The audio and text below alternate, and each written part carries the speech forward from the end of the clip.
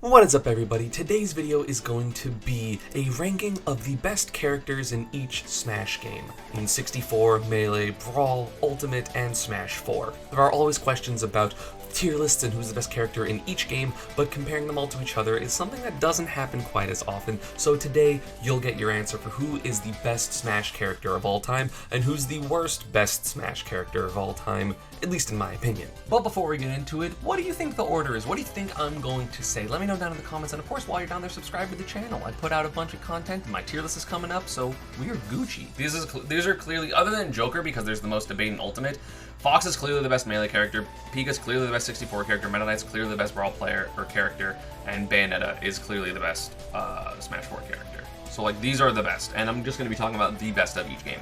And I think the worst of the best characters is actually going to be Joker, or like Smash Ultimate. Again, whether you think it's Pyramithra, Joker, or Pika.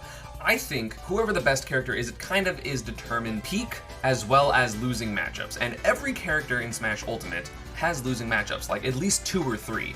I think Pika's the best in Smash Ultimate, and I think Pika loses at least 2 matchups. Joker loses 2 to 4 matchups. Pyramithra loses like 2 to 4 matchups. So you always have an answer to the best character of the game, to any character in Smash Ultimate. So even though Joker is incredible, has a great comeback factor, tethers are hard to deal with, he can invincibly up B with his other up B, his damage output combos, mobility are all great, it's just not as overwhelming as the other characters. There are plenty of times that you get to play the game versus all of the best Ultimate characters, as especially the other top tiers. Of course, there are like 30 top tiers in Smash Ultimate, so there's plenty of competition for Joker in this game, or again, whoever you consider the best. I'm just putting Joker here because I don't want 2 Pikas.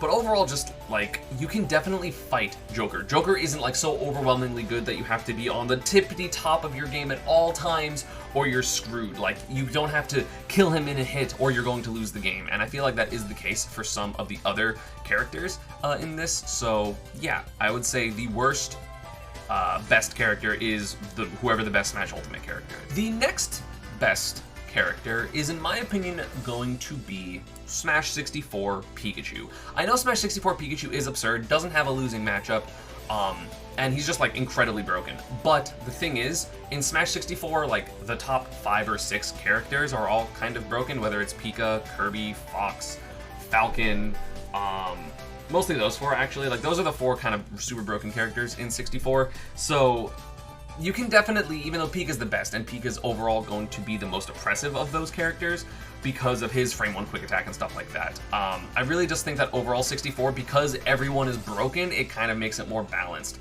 Like Pikachus aren't constantly winning the majors. There are frequently, don't get me wrong, but there's plenty of good Japanese Kirby players and the Falcon players like Super Boom Fan. I think he like mains Falcon at this point. There's a lot of variety at the top. It's not just like Pika winning. Pika's 80% of the top 16. It doesn't really happen like that, again, because Kirby's broken, Fox is broken, Falcon's broken. Like, again, those are probably the top 4. I think Puff is also pretty good in 64, but overall, I would just say that even though 64 Pika is absurd and has incredible tools with his chain grabs, as well as, of course, his kill throws really early, he gets to put you across the stage with basically reverse up air bridges into nair or back air. Like, he's so good, and I think he's the only character with a frame 1 escape option in terms of quick attack, because for some reason they made it frame 1, and he, of course, has the best recovery in that game by far, so you have to actually kill him in order to kill him. You can't just, like, edge guard him. It's not going to happen, really. I still think he is overall weaker than the other 3 characters. The next best character is going to be Melee Fox. So in theory, Melee Fox is the second best character on this list because he's limited by human capabilities, right? Like, Task Fox is absolutely broken. You can't hit him because he just shines everything and pings with it and then keeps going. But in human realm, Fox is still incredible. He's still an incredible character. He abuses the game engine probably harder than any other character. He has crazy combos, good kill confirms with both shine up smash. Of course, you have up throw up air, even though it's SDIable. We have wave shining. You have just so many confirms. He has so much pressure, up tilts and back airs and shine back airs and shine nairs and shine spikes and edge guarding. His edge guarding is actually unreasonably good for how frail he is, because shine just will kill people, and shine is just one of the best moves in Smash history. It's not the best move in my opinion, but it is definitely up there. So Melee Fox is ridiculous. Like, he's super, super good. But of course, if you are not playing at optimal, if you're not playing optimally all the time, Fox can struggle because he is a frail character. He's a very combo, like he gets comboed really hard. So characters like Falco and Marth specifically can actually do pretty decent versus Fox, especially if you're not always getting every single like tech chase and stuff like that, whereas Falco and Marth kind of have more easy to follow combo routes, especially on Fox, that aren't really SDI dependent. That's why you see Zane 0 to death people, that's why you see Mango 0 to death people pretty constantly with Falco, or especially Foxes, you know, like it happens. And while Fox has his blinding speed to use a neutral, he doesn't have a neutral tool like Dash Dance Grab isn't going to be nearly as good as Fox than it is for Marth. It's not like his laser, even though it's better in certain aspects against characters like against Puff, I would say that Fox's laser is better, but overall like Falco's laser is like a neutral determining thing, whereas Fox you kind of just have to play a more honest game, but if you get the hit, he's absurd. Like, and he's so fast, and wave dash down just to take space, and of course if you're ever right about a guess, you're going to take a ton of damage, and he can always just play a little bit more passive, make people try to come to him, and then punish them for whiffing, basically. But of course, really hard to do that all the time, because Melee is such an explosive game. I could see Melee Fox being worse than 64 Pika, but I think like these are the two interchangeable ones, but I definitely think these are the bottom three of the best characters. And now, the two best of the best, in my opinion. Number 2 is going to be Bayonetta. So I'm going to go with post-patch Bayonetta because pre-patch would have been a weird question because like pre-patch Rosa and Diddy and Sheik didn't exist when it came to like when Bayonetta was out. So post-patch Bayonetta was absolutely ridiculous. She lost 1 or 2 matchups, whether it was to, you know, if you believe that Diddy beat the character or Pika beat the character, which I personally did. But the thing is, for Bayo, you had to play perfectly. Bayo had so much room for error, which I feel like these 3 characters don't exactly have. Like Bayo, if you got hit, you weren't going to get true combo to death by basically anyone except like Luigi players if you got grabbed at the ledge and that was it from like down throw, fair, down air, down B. That was literally the only kill combo that I can think of that worked on Bayo that was kind of easy relatively. Otherwise, you got 10 to 12 neutral interactions stock. And even though her neutral wasn't the best, she didn't have a really oppressive neutral, her punish game was by far the best of any of these characters. Maybe like on par with 64 Pikachu, but in 64 people die for getting hit. So that's a problem, especially in a 2-stock game. She had Witch Time, she had Witch Twist, which is a frame 4 option out of shield, and if you didn't have perfect SDI or sometimes your SDI was too good, you would just die anyway. Bayo had so many combo routes to cover all of the different SDI chains, unless you specifically played a small character or you were literally me and Tweak because our SDI was incredible. But if you didn't have top of the top SDI, even compared to top players, you would just die to a side B, to an up B, to an aerial side B, to a dive kick sometimes. Like, this character had so much at her disposal. Fair was a huge move that chained into itself. You could go down tilt fair 1-2, 1-2, just over and over again with landing, and then just get really like degenerate offstage kills. She would have kill confirms like down tilt up air and down tilt back air that were just that option covered because you did down tilt up air, and if they air dodged the up air, you up aired their air dodge, and so you killed them anyway, or you back aired it. So she had grab combos on most characters in the game. I think if you didn't have a frame 2 air dodge or frame 2 or faster escape option, I guess I should say, she got up throw into fair, which would be up throw fair side B up B. Or up throw fair, up B, if you were close enough. Like, this character would just absolutely demolish you. She was by far, not even like necessarily at top level play, but she was probably the most degenerate of all of these at mid-level play. Like, you would pick up Bayonetta, learn 3 combo routes, and then just start winning locals. That was the reason she was banned at a lot of tournaments, was because she was just making local scenes die because no one wanted to learn. Like, in order to beat Bayonetta, you had to know the SDI flowcharts, you had to really get good at punishing up B, and if you weren't good at one of those and you know, missed an up B punish and got Witch Time, you would just die at 20 because she would just kill you. She had like no bad stage considering you would just ban FD, so she basically got to counterpick you all the time really easily. You didn't want short side blast zones because of her offstage play, you didn't want short top blast zones because of her up air, Witch Time killed super early. She was just a ridiculous character. And like, I feel like if the game continued, it would have become even more prevalent of how much of a problem Bayonetta was, and it was already a pretty big problem. And in my opinion, by far, the best character in Smash history is Meta Knight. So, really quickly, just as a real quick easy point, Meta Knight is the only character that had literal limitations on what he was allowed to do because otherwise he was so not fun and so broken that he just would have killed the game. there was a rule against ledge grab limits. And granted, there were multiple characters that could abuse the ledge in Brawl, but Meta Knight was the biggest one. You had a 2-frame window to punish him if already getting a frame-perfect power shield, reading their specific timing on up airs, and that was literally all.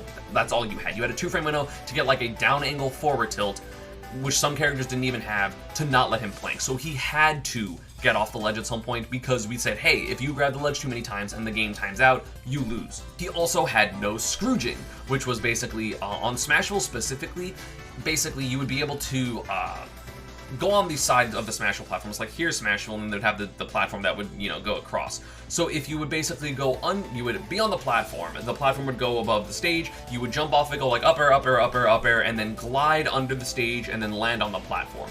And while technically you could hit Meta Knight for doing this, it simply was not worth it because of the fact that he was going to like laglessly up B edge cancel the up B, which, and if you were on the wrong side of the up B, it would kill you at 30 or 50 probably, considering you probably weren't DIing correctly. So the risk reward was so out of your favor to mess with it that basically you would just stand on stage and wait for him to interact. And so if there wasn't a rule to be like, hey, you literally aren't allowed to do this, he wouldn't interact on Smashville. And granted, that was one stage, but still the problem, combined with that and then ledge grab limit, it would have been terrible. And the most important limitation that he had, ironically, was a Meta Knight specific thing called infinite dimensional cape.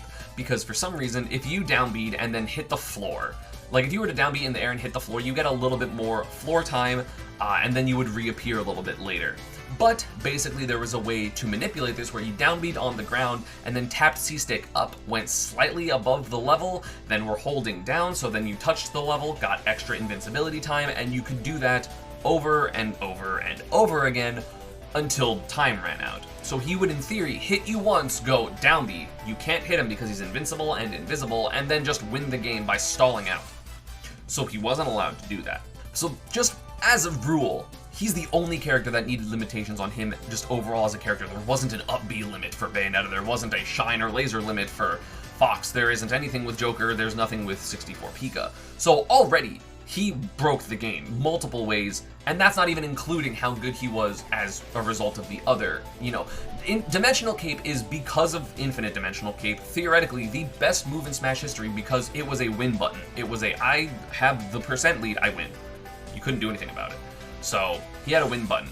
Outside of Dimensional Cape, he still has he has the next 2 best moves in Smash history, being up B at the number 2 move, and then Tornado is the best move in Smash history. Tornado, for some reason, broke the rules of the game. It was if you use it in the air, it was an aerial move, so you could not ping with it, except it still pinged with ground moves. So it was an unping. It basically had trample in the air with a multi-hit that if you hit someone's shield would honestly shield poke 75% of the time anyway, just for free. And if it didn't, you could just drift away from the opponent, and there was basically no way to punish it as 99% of characters. The only thing that beat Meta Knight Tornado was hitting it from the top, which was very difficult because Meta Knight's Tornado was super mobile, and transcendent moves, or moves that are incredibly disjointed that for some reason did not ping with it, like Snake's up tilt, then you had grenades, Diddy's laser, Falco's laser and Diddy's banana, and like Ice Climber's blizzard. And those were basically the only moves that would inherently beat it, which was ridiculous, super dumb, super stupid. And that's just Tornado. Literally, Tornado was a move that if it was worse or it just like didn't exist, Meta Knight would have had many losing matchups. But not only did Meta Knight not have losing matchups, he didn't have even matchups. Meta Knight beat every single character in Brawl. I thought Pika was even at some point, I was wrong. I thought Ice Climbers was even at some point, I was wrong. So Meta Knight did not have an even matchup. He beat every other character in the game. The other best characters in the game, such as Falco, Ice Climbers, Diddy Kong, Olimar, he beat all those characters because he was an edge-guarding menace with up B and Nair and Tornado. You were basically, if you got hit off stage against against Meta Knight, you were going to get hit at least one time. I think the only exception would be as Pikachu because we had, multiple angles and quick attack cancel in that game. So that was basically the only character that wouldn't get hit for free if you were off stage. He was able to do 3 up airs in a short hop, so if you air dodged against Meta Knight, after like almost getting hit, like if you're landing, he could up air you, which would beat all your moves because of course all his sword moves were transcendent. It was frame 2, so you would go up air, oh someone air dodged Nair and hit them and kill them for it. Forward tilt was a literal broken move because most multi-hit moves, basically it's like you have like your 1, 2, and 3 hit, right? And there's a window that you can hit the button and then get the next form of your hit. So like even let's say Sonic's jab, right? He has 1, 2, and then the kick. And if you don't hit A by a certain point, the game just goes, okay, you're in cooldown and you're not able to like use jab 2 or jab 3 anymore. Meta Knight didn't have that. For some reason, his FAF window for forward tilt did not close. Ever. So you would go forward tilt 1. Oh, is that the frame before my move is over? In which case I could do a forward tilt 1, forward tilt 2, forward tilt 3. It wasn't closed during forward tilt 1 to forward tilt 2 or forward tilt 2 to forward tilt 3. So basically he would just have a really confirmable, to use a fighting game term, like a Rekka. That was also huge, but it was one of the best moves in neutral. And he was fast, right? So he would, and especially because tripping was in the game, a lot of people were walking in Brawl, and they didn't want to risk dashing because you didn't want to like trip into a chain grab or something like that, or an infinite. So Meta Knight would be walking around and then like forward tilting, which was absurd and ridiculous and super broken because you had to guess whether or not they're going to do forward tilt 2 or forward tilt 3. It was kind of safe anyway, so it was pretty hard to punish, especially if you didn't have a lot of range, which honestly a lot of the top tiers didn't have, because like Snake did, and of course like Marth did, and also Meta Knight did. But like if you were spacing a forward tilt on like Ice Climbers or Falco or something like that, like they're not going to get a punish on you, which is crazy. Also, outside of that, he had dare camping. He was the best camper in any Smash game ever, in my opinion.